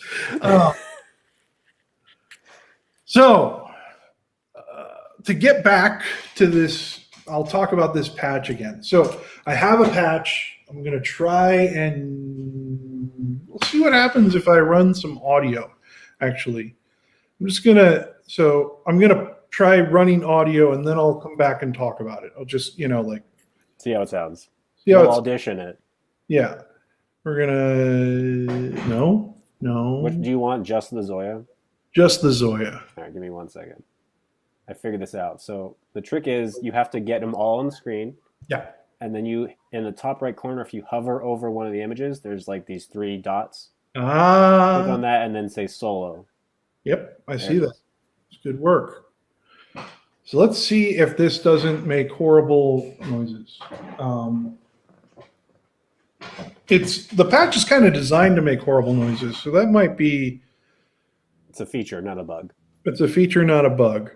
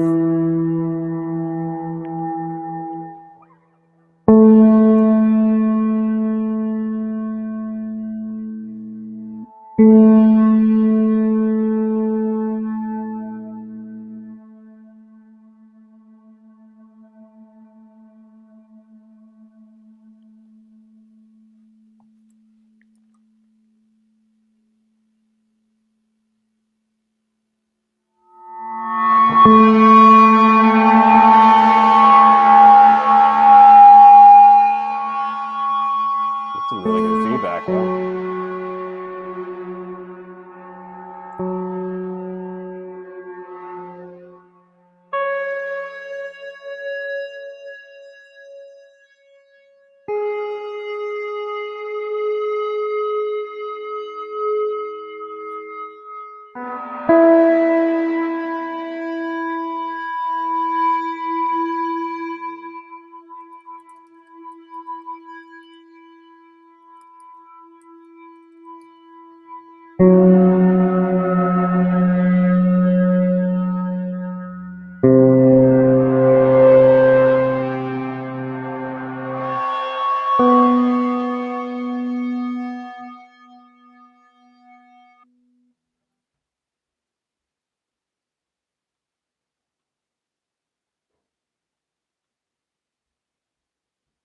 Mute myself. So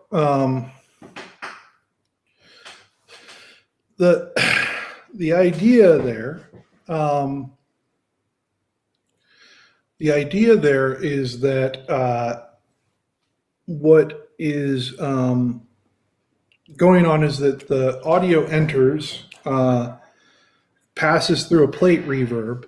The output of the plate reverb goes to the output, but then there's a feedback loop. And the feedback loop passes through a peaking filter, which can be slaved to the input pitch. And this allows the feedback to be tuned to the note you're playing. I also put in a control. I'm still getting but you can, so the EOB strat allows you to tune the sustain, and this is different, right? Like it's not vibrating strings, which is, it's a real weird feeling, this strat I have. It's, this is different, you can't layer on polyphonic stuff in the same way, but it sounds pretty good, I think. And the other thing is you can change the harmonic, which just, it changes the relative frequency of the peaking filter. But if you get it just right, and there's a bunch of different parameters, so you can do different things with it too. It would just sort of like create cool feedback swells and that sort of stuff. I'm going to do a proper demo of this patch soon when I get it all done.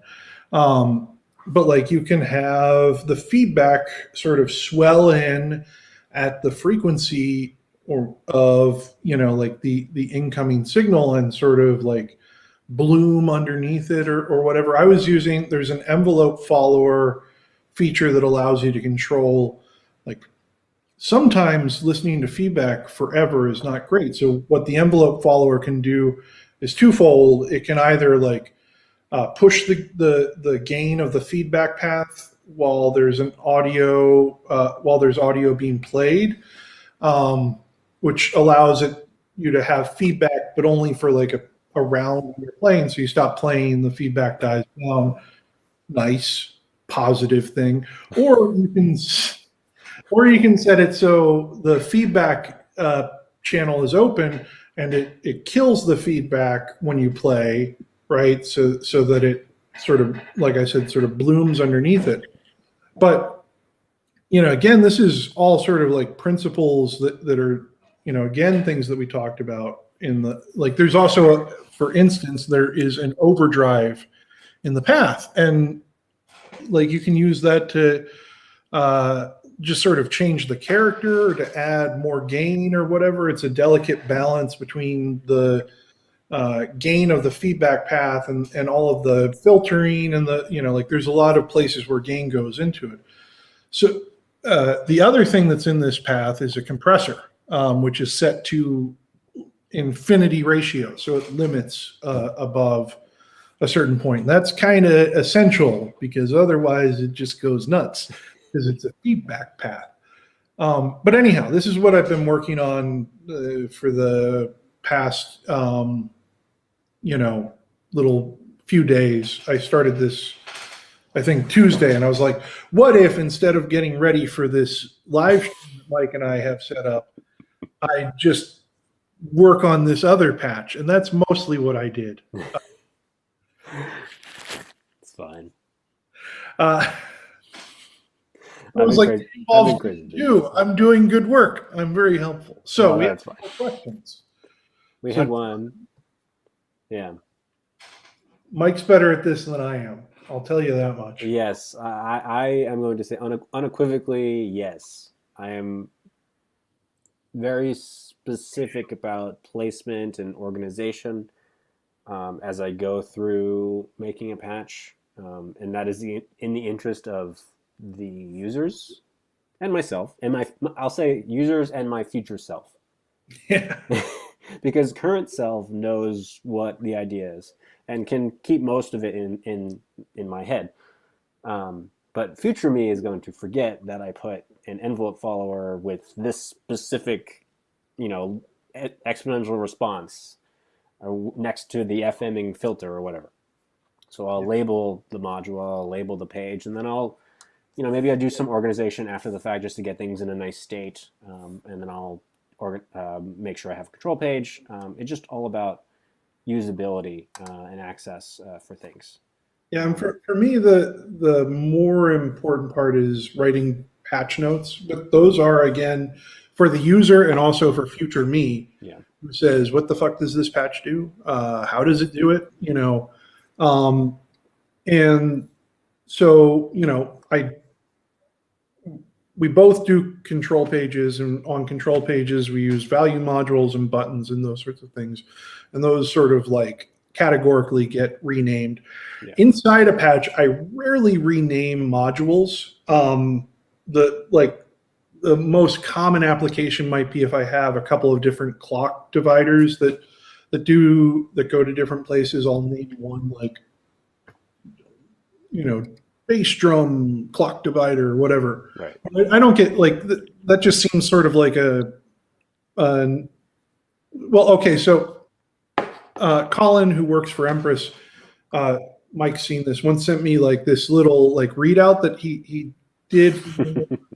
They were testing, like they run diagnostics, right? And part of how they do that is they run the patches through ZOIA, and they have this like readout thing.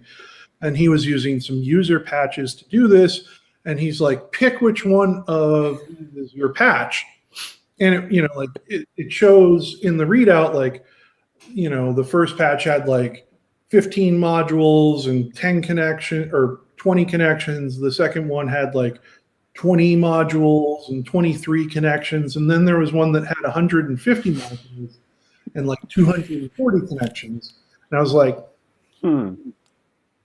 I wonder. So I told him that it was the one with 20 modules and no. So I think like the more complicated a patch gets, and my patches tend to get more complicated than some others. I just I know what a delay line does in a patch that does delay, right? Like I don't really need to name that something else. It might actually confuse me in the future. Right. No, yeah, I definitely agree with that. If it's something simple like, you're just using a VCA to, open up an envelope or whatever, that doesn't have to be labeled. But the thing that I like to do is the structure of things. So like if I'm building a synth, I'll either do it where all of the envelopes are on one page, or I'll do it where the sort of that single voice is contained on one page, and then I'll copy that 4 times or whatever. Yeah, with synths, I do voices per page, right, almost exclusively. The way that I do organize my patches, for anyone who might think otherwise, but like the way that I organize them tends to be modular itself. So it's not really based on a linear progression. It's more like I've got this section that does this function. Right. Might be a page or 2 or 10 pages or whatever. And those are all generally going to be like close to one another. I don't do a lot of page naming. I wish you would, but that's fine. It's just like a lot of it is sort of like I get to the end of the patch and I've just spent hours sometimes working on it and I'm done. Right. Like it's just this like fiddly thing that like, yeah, probably is like smart to do, but I'm just done, you know? What I do like is if you have a control that isn't on the control page, you will either star it Yeah. or you will call it out specifically, like in the patch notes, where it's like, there's an envelope follower on page 7. If you want to adjust the response, go there. That kind Yeah. of thing. Like that part is crucial because like I don't need rise and fall parameters on the control page. Yeah. You can leave that buried in the patch, and then just make sure you leave either a starred parameter or a specific call out to say, hey, if you want to adjust this, it's here. So again, I think also part of it is just sort of like the complexity of the patch, like who you're making the patch for. All of my patches I make for myself, but like after after I published 10, I was like, I'm going to keep doing this, so I should probably think about you know that end result. Remember the 4 times when we couldn't name anything? Yeah. So the before times. Yeah. So like you used to not be able. You could name pages. Yes. That was always in place, but naming modules was not. And again, like I do name value modules all the time because I use them to create control pages. I label push buttons and UI buttons and pixels. And Yeah. Really an important organizational feature for me. But yeah, my goal is to sort of create a patch where like at the end of the day, I don't ever have to dig past the first page. Right. So if everything's labeled there, like, yeah. So, and yeah, like the Digitech freakout is a good comparison for that process. I don't precisely know how it worked to create harmonics and that sort of thing. Yeah. But how I'm doing it is by pitch detection and a peaking filter. And it works pretty good sometimes. Yeah. In the demo, I'll show some like better examples of that because it does work pretty well sometimes. Most of the time. It sounded pretty good. Yeah. It kind of reminded me of, what was it called? You had a swelling patch with gain a while back. I forget what it was called. But it wasn't like, it was like in your face gain. It wasn't like sort of this like evolving feedback thing. But it reminded me of that. Yeah. I like playing around with like, because the reverb's involved, it sort of makes me think of like my ode to the Keeley Gold Star reverb distortion patch a little bit.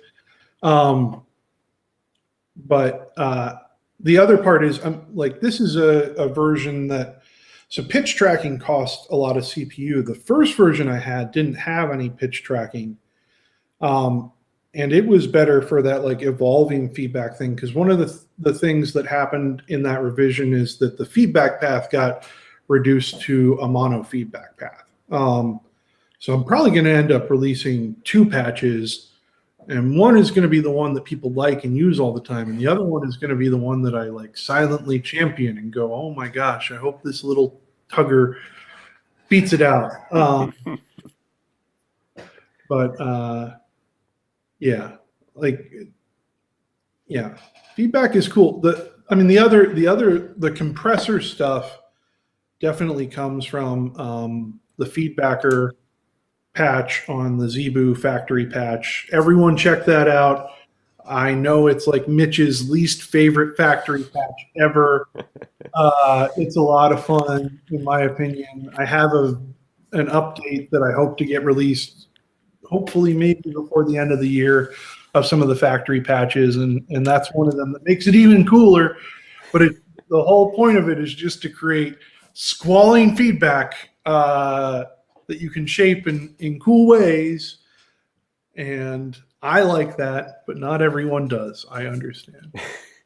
I wish I had more time to like devote to individual, because I still haven't made I mean, there's so many patches. There's so many ways to use I think so. I'm having a thought, but I'm kind of stumbling on it slowly. I'm tired, but this is the last thing I'll say before I have to go. And we can close out. Um, when it came to the ZOIA factory set, there are, to me, this just sort of like spells out how like I use guitar pedals and versus how I use modular stuff. Like when I'm using a pedal, it can have maybe 2 or 3 functions. Generally, depending on the situation, it's situational. It's a fuzz. It's a reverb. It does that thing. It does it well. Right. And then there's some of the synth patches which are cool. And then Ben is a genius when Ben and Gear.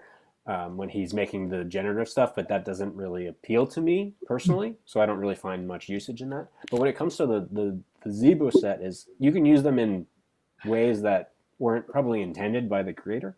I mean, and we made most of them, and I'm still figuring out ways to like use like patch 10 or whatever it is, like one of your factory set. I'm still finding ways to use it in my rack that I haven't had time or I haven't felt the need to try the other ones yet, which is like crazy to me. Yeah. I think, so we've talked about this before, and I know you want to go, so I'll try to keep this brief. But, like there are basically like 2 types of patches, right? The one that you turn on and it does the thing that it does, and that's what it does, right? We both make the other type of patch, which is like, here is a starting point, sure, but like there are all these other controls that you can explore that, like the analog that I always think of is the algorithm of an Eventide parameter. Like Eventide, they create presets, they've got, but at the end of the day, like you can take any of those algorithms and take them in places that aren't on the presets that probably aren't even really like the ideal or whatever of the engineers who put them together, but like the engineers put them together with extremes and different possibilities and weird cross modulation and all that stuff because they knew that at the end of the day, like people could do cool stuff with that, right? Even if they couldn't necessarily imagine what it was. I think, and progressively they got even more and more wild with it, especially with the H9 ones, because the H9 specific algos are like they can do like 10 things.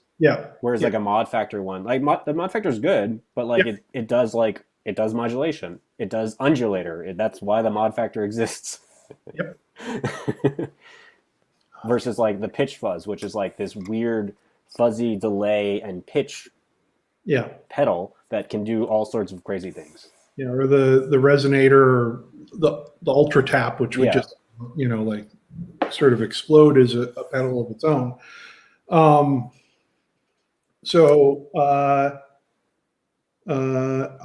gonna plug my live stream, which I do on Saturday mornings, which is generative. I don't mind listening to them. I just don't like using it. Or building them. I don't really like building them is the way I'll put it. And like I'll be honest with you, like building them for me is a lot of the fun. Like, I do put them on every now and then when I'm like doing stuff, but like for the most part, the most I will listen to one of my generative patches is the couple hours that I'm playing it on Saturday mornings. And it's like trying to figure out how to capture a vibe or do some thing with logic or how to like get it so it's just random enough. But not too crazy, but not Krell, because Krell is like the other end of the spectrum. I'm going to do a Krell patch sometime. It's fun. Very upset. Krell is good to do once. I had a Krell patch like kind of set up, but I just like I hate listening to it. It's not my. Again, this is like having an amp because there are a lot of Krell enthusiasts out there. God bless you. I'm glad you exist, but I'm not among your ranks. They amp users and Krell users probably see their ENTs more often than we do.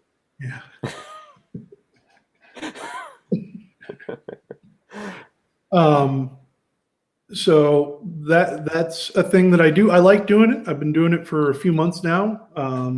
Do you release every patch, or is it just the ones you kind of I enjoy? eventually release every patch. Okay.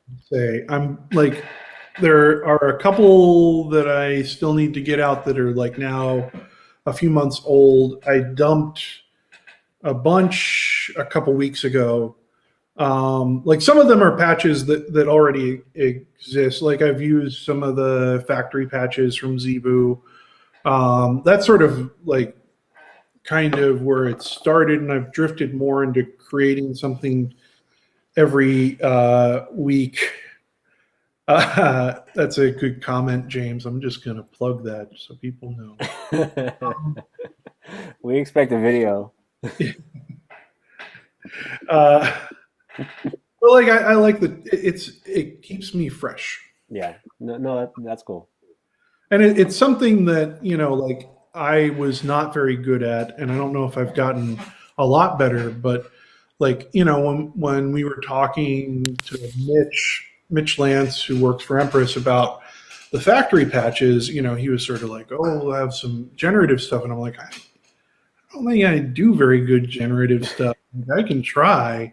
And I did put one generative patch, like truly self-playing. Like there's some others that are kind of generative, but they're really just showing off a function. Yeah. I put in a like an acid techno That one's cool. generative patch. And I don't really like techno, but that one's cool. I don't know a lot about acid, so I'm real reluctant to say that, but it sounds like a lot of the things people have played for me and said, this is what acid techno sounds like. I'm like, all right. But the one Mitch had, I think it's Skating Alone, is really good. I like that one because it's like soft. Yeah. Most of my stuff is more soft. Yeah. But yeah. Anyhow, like I like it because it's something that I am learning a lot about. Like it makes you learn a lot about like when you're trying to put together a whole generative patch, it makes you learn a lot about how to balance different elements, Yeah. So yeah, like yeah. Any other happy holidays? Yes. Hope everyone has a nice end of the year.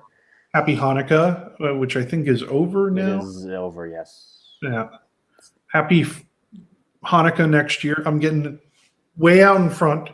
Getting it out of the way. Yeah. So yeah, we should just run generative patches through amps is what I'm hearing in the comments now. That's Did your Happy Holidays patch make sound, or was it just the visual?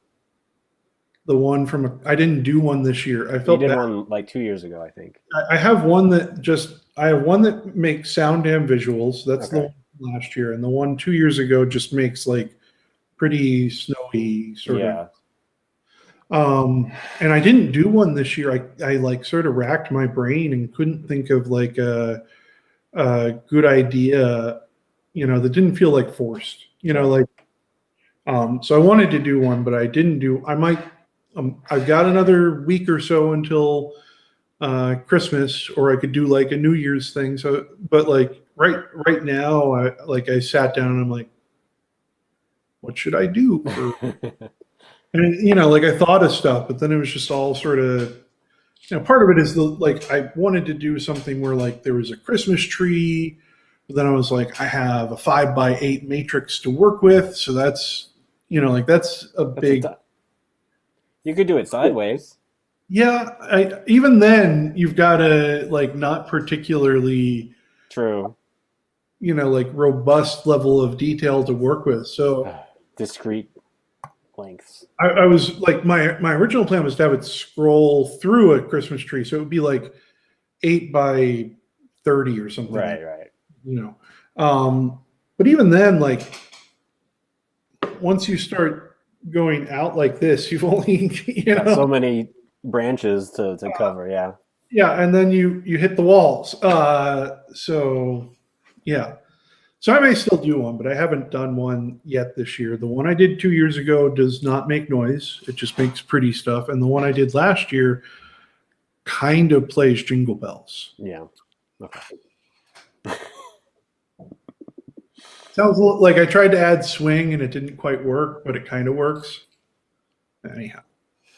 But yeah, happy holidays to everyone. I will say, I'll just add this, since I do these live streams on Saturday mornings, the Saturday after this is Christmas, and I am probably going to do a live stream, but I make no promises there. And if I do, it's probably going to be like I put it on and kind of just leave. Yeah. So, but thank you all for attending, and yeah, thanks for the question. Thanks for letting us talk about digital dirt. I hope you guys use that knowledge and make some cool patches. Yeah. And happy Thursday. I'm gonna end it now. See ya. End broadcast. Yes.